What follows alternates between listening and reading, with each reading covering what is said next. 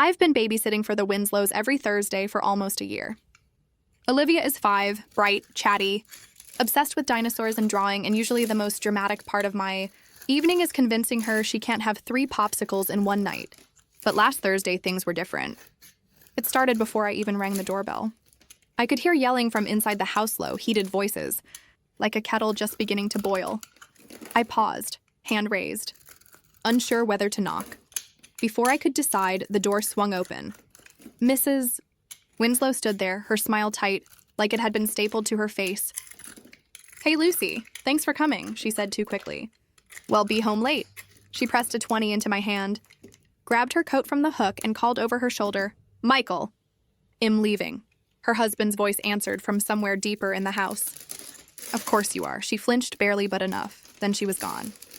I stood there for a second, holding the door open with one hand and the 20 with the other, wondering if it just walked into the beginning or the end of something. "Lucy."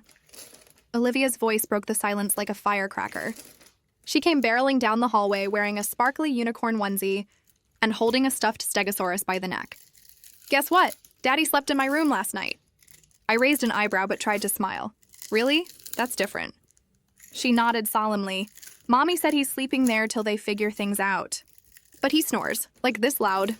She opened her mouth and made the most ungodly noise I've ever heard come from a child. I laughed because what else do you do? And we went into the living room.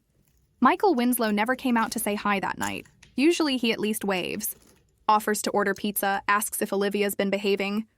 Not this time. The house was too quiet, like someone had unplugged its heartbeat. After dinner, Olivia asked if we could play Draw the News. It's a game we made up where she tells me what happened during the week, and I draw it like a comic strip. Normally, it's full of playground drama and imaginary dinosaur sightings. But that night was different. "Okay," she said, settling beside me with a serious face. "Panel 1. Mommy is on the phone, crying. She says, 'I don't care what your calendar says, I saw the texts. Draw her with fire hair.' I froze mid-sketch.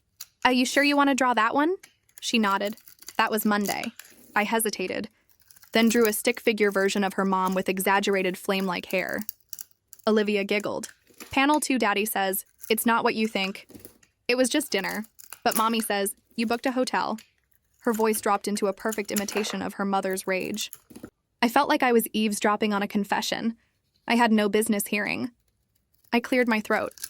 "You know, Ollie, sometimes grown-ups have big feelings." And she held up a finger. Panel 3. I drew it. It showed 2 stick figures shouting, one holding a phone, the other with little motion lines like they were walking away.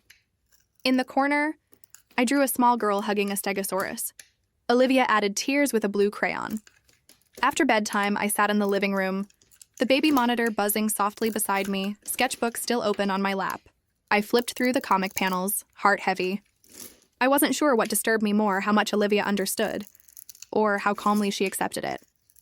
Around 11:30, the front door creaked open. Mr. Winslow stepped in, smelling faintly of whiskey and rain. His shirt was wrinkled, tie stuffed in a jacket pocket. He looked like he'd aged 5 years in one night. "Hey," he said softly. "She okay?" I nodded. "We drew comics." He nodded back like that explained everything.